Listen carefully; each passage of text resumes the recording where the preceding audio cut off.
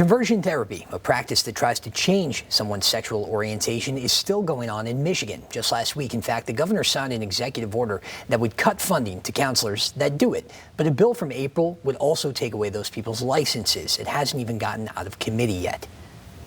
Most people are shocked this is still legal. Michigan Senator MALLORY of the state's 13th district is on a mission to ban conversion therapy, if you can even call it that. This is not therapy.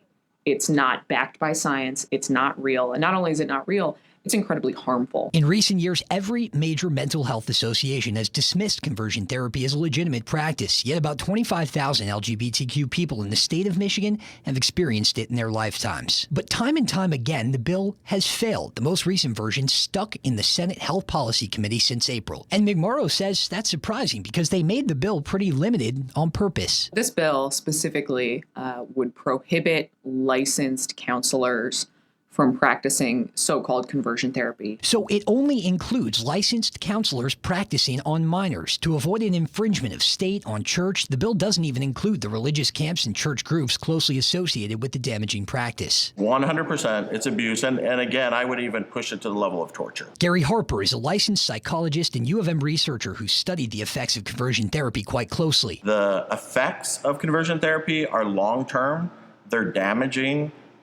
People commit suicide, people have chronic depression, people have post-traumatic stress disorder. In fact, conversion therapy can more than double an LGBTQ person's chance of committing suicide, according to a study Harper points to from the UCLA Williams Policy Institute. And the methods are anything but scientific. They put a rubber band around their wrist, and then every time they have a thought about same-sex attraction or behavior, they're asked to pull the rubber band. That's at the mildest level. The most extreme level is really using electrodes, and so connecting electrodes to different parts of the body. Harper says taking away licenses is a good start, but the scariest part of the therapy is how it's advertised outside of clinical settings. A lot of times, conversion therapy, he says, is disguised as social counseling, religious counseling, or even as summer camps. It's Harper's hope, and Senator MCMORROW's too, that at least tackling what they can at the licensing level is enough to cut down on the practice. If we had a pill that had 0% efficacy and had a 50% chance of causing suicide, do you think we would continue to allow that to be used? No, of course not. Very simply, that if you are a licensed counselor, you should only practice things that are supported by mental health organizations.